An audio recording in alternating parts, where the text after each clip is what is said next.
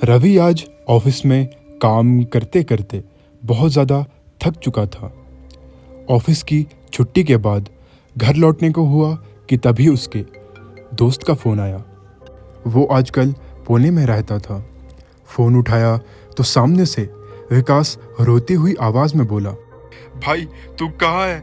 जल्दी आ जा, मुझे तेरी बहुत ज़्यादा ज़रूरत है। आज मेरी माँ मुझे मुझे नहीं पता वो कैसे गुजर गई। कल तक वो ठीक थी, लेकिन आज पता नहीं क्या हो गया। भाई मुझे तेरी ज़रूरत है, तू जल्दी आ जा, बस जल्दी आ जा। उनकी खबर सुनते ही रवि को धक्का सा लगा। उसे बहुत ही ज़्यादा दुख हुआ। रवि और विकास दोनों बचपन के दोस्त थे और आज तक कभी भी ऐसा नहीं हुआ था कि दोनों ने एक दूसरे की बात ना मानी हो। साथ ही विकास की ये हालत देख रवि मना ना कर पाया। सोचा रात 10 बजे की ट्रेन से ही जाएगा। ऑफिस के काम से थका होने की वजह से सोचा कि थोड़ा आराम करके ही निकलेगा। रवि की आंख लग गई और रात 10 बजे वाली ट्रेन मिस हो गई। अगली ट्रेन 1 बजे की थी। सोचा कि अगले 3 घंटे इंतज़ार कर लेगा और स्टेशन पर बैठे बैठे अगली ट्रेन का इंतज़ार करने लगा और पुरानी बातों को याद करने लगा। कैसे दोनों की दोस्ती इतनी गहरी थी। दोनों की दोस्ती की मिसाल पूरे गांव में दी जाती थी। वो शरारतें, वो मस्तियाँ, सभी यादें उसे याद आने लगी। कैसे दोनों 24 घंटे साथ रहते थे, जो भी करते साथ करते। और कैसे अब 5 साल बीत चुके हैं एक दूसरे के बिना। बस कभी कभार फ़ोन पर एक दूसरे का हाल पूछ लिया करते हैं। टाइम कितने जल्दी बीत जाता है पता ही नहीं लगता। ये सब वो सोच ही रहा था। सोचने के साथ उसने चारों तरफ अपनी नज़र दौड़ाई तो देखा स्टेशन पर बहुत ही कम लोग दिखाई दे रहे थे। थोड़ी ही देर में ट्रेन भी आ गई। रवि ट्रेन पर चढ़ा और अपनी सीट पर जाने को हुआ तो उसने देखा ट्रेन में बहुत ही ज़्यादा भीड़ थी। रवि अपने सीट पर जाकर बैठ गया और उसका सफ़र शुरू हो गया। दिन भर की थकावट के बाद बाहर से आती ठंडी ठंडी हवाओं में उसे सुकून मिल रहा था। कानों में हेडफोन लगाकर गाने सुनने लगा। धीमे म्यूज़िक और ठंडी ठंडी हवाओं में ये सफ़र बहुत ही अच्छा कट रहा था और पता ही नहीं चला कब रवि की आंख लग गई। जब आंख खुली तो खुद को ज़मीन पर गिरा हुआ पाया। पूरा शरीर भीगा हुआ था, जैसे मानो वो तेज़ बारिश में भीगा हो, और गला तो दहशत से सूख चुका था। बेटा, तुम्हें कहाँ जाना है? यह आवाज़ पीछे से आ रही थी। रवि एक झटके से पीछे मुड़ा तो देखा सामने एक बूढ़ी औरत उससे यह सवाल पूछ रही थी। रवि उसके चेहरे को बारीकी से देख रहा था और पहचानने की कोशिश कर रहा था कि आखिर वो कौन है। रवि ने अपनी नज़र चारों तरफ दौड़ाई तो देखा आसपास कोई नहीं था। इतने में उसने दोबारा पूछा, बेटा, मैं तुमसे पूछ रही हूँ। रवि ने उस औरत से कहा कि मुझे पुणे जाना है। तो यहाँ क्या कर रहे हो बेटा? आओ मेरे साथ। ये कहते हुए वो औरत जाने लगी। रवि को कुछ समझ नहीं आ रहा था कि आखिर वो यहाँ कैसे पहुँचा। ना चाहते हुए भी रवि अपनी गर्दन झुकाए पीछे पीछे चलने लगा। मुश्किल से 10-15 कदम ही चला होगा। गर्दन उठाकर देखा तो सामने वो औरत नहीं थी। रवि ने चारों तरफ ढूंढने की कोशिश की, लेकिन वो औरत मानो कहीं गुम हो गई हो।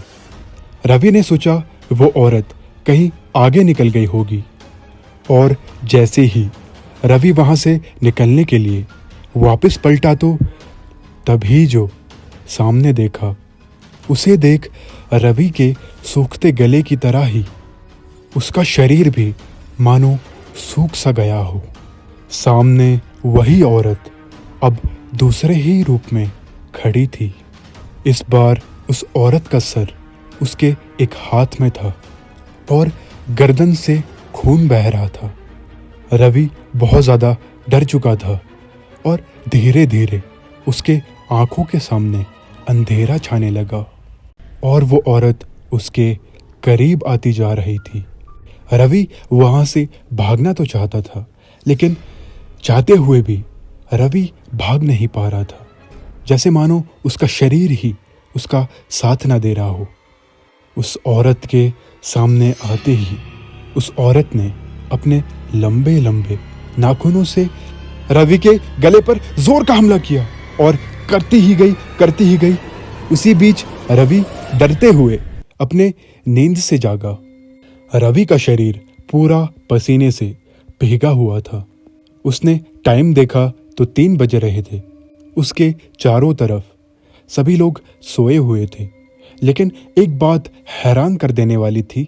जब वो ट्रेन पर चढ़ा था तो बहुत ज़्यादा भीड़ थी, लेकिन इस वक्त थोड़े ही लोग ट्रेन पर दिखाई दे रहे थे।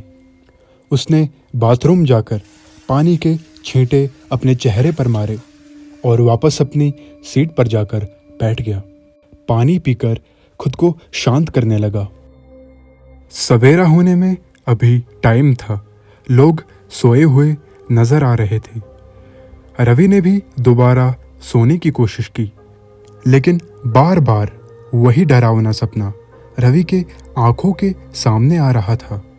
तभी एक अंकल गुस्सा करते हुए बोला, अबे ओए, पहली बार ट्रेन में सफर कर रहे हो क्या? काहे नींद खराब कर रहे हो? रवि ने शर्मिंदगी महसूस करते हुए कहा, मुझे नींद नहीं आ रही है अंकल, आप सो जाइए। कुछ आगे कह पाता तभी वही अंकल बोला, तुझे नींद नहीं आ रही है ना? तुझे अच्छे से सुलाता हूं। इस बार अंकल की आवाज बदल चुकी थी। रवि को कुछ भी समझ नहीं आ रहा था कि आखिर उसके साथ ये क्या हो रहा है। क्या वो अभी भी कोई सपने में है? वो अंकल अपनी वही डरावनी हंसी हंसते हुए रवि की ओर बढ़ने लगा। रवि बहुत ज़्यादा डर चुका था।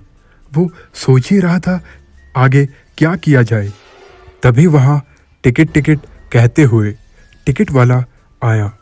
रवि ने अपना टिकट दिखाते हुए कहा, ये अंकल मुझे परेशान कर रहे हैं। ये कहने के साथ ही रवि को पीछे की ओर से किसी की हंसने की आवाज़ आई। रवि एक झटके से पलटा तो वहाँ अंधेरा होने की वजह से कुछ भी दिखाई नहीं दे रहा था। रवि वापस टीटी की तरफ पलटा तो देखा वहाँ एक हड्डियों का कंकाल था, जिसके हाथों में रवि का टिकट था।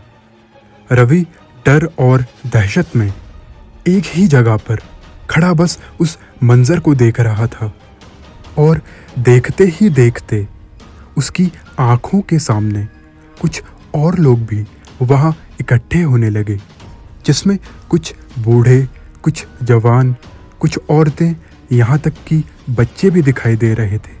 सभी की आंखें लाल और बाहर की ओर लटकी हुई दिखाई दे रही थी। सभी डरावनी हंसी के साथ रवि को चारों ओर से घेरते हुए नजदीक आने लगे। धीरे धीरे उन लोगों के करीब आने के साथ रवि के आंखों के सामने अंधेरा छाने लगा। रवि मान चुका था, चाहे वो कुछ भी कर ले, उसका ये आज आखिरी दिन है।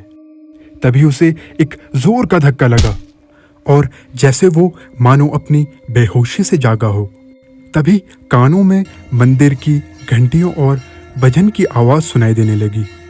रवि उठा और उसने चारों तरफ देखा तो वहां अब कोई नहीं था। उसने देखा कि उसका स्टेशन भी आ गया है। ये देखने से उसके शरीर में फिर से जान आ गई, जैसे जीने की उम्मीद फिर से उसके अंदर आ गई हो। ट्रेन स्टेशन पर रुकी और वहाँ लोगों की भीड़ देख रवि को सुकून मिला। रवि स्टेशन पर उतरा और उसने देखा कि स्टेशन की दूसरी तरफ एक बहुत बड़ा मंदिर था, जहाँ से उसे घंटियों और भजन गाने की आवाज़ आ रही थी। वो समझ नहीं पा रहा था जो उसके साथ हुआ आखिर वो था क्या। आज तो वो मरने ही वाला था अगर सामने मंदिर ना होता। उसने मन ही मन भगवान को थैंक यू बोला और इस सदमे से ध्यान हटाने के लिए अपने दोस्त को फ़ोन लगाना चाहा। रवि दोस्त को फ़ोन लगा ही रहा था कि तभी उसे एक अननोन नंबर से फ़ोन आया और वो सोच ही रहा था कि इतनी सुबह कौन फ़ोन कर रहा है। शायद विकास ही होगा। तभी ट्रेन भी स्टेशन से जाने लगी। उसने फ़ोन उठाया तो सामने से आवाज़ आई, इस बार तो बच गए, लेकिन दोबारा जरूर मिलेंगे।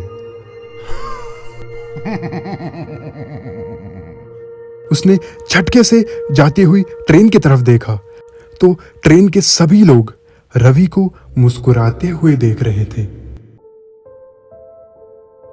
अक्सर कहते हैं ऊपर वाला किसी ना किसी रूप में आपको बचा ही लेता है। रवि के सामने उसकी मौत थी। अगर वो मंदिर ना आता तो शायद रवि जिंदा ना होता। मेरा नाम है नितिश। आप सुन रहे हैं कहानी की दुनिया। आप इस कहानी के बारे में क्या सोचते हैं आप कमेंट करके बता सकते हैं। इस वीडियो को लाइक ज़रूर से कर दें और शेयर करना ना भूलें अपने दोस्तों के साथ, और चैनल को सब्सक्राइब कर लें ऐसी अमेजिंग कहानियों को सुनने के लिए।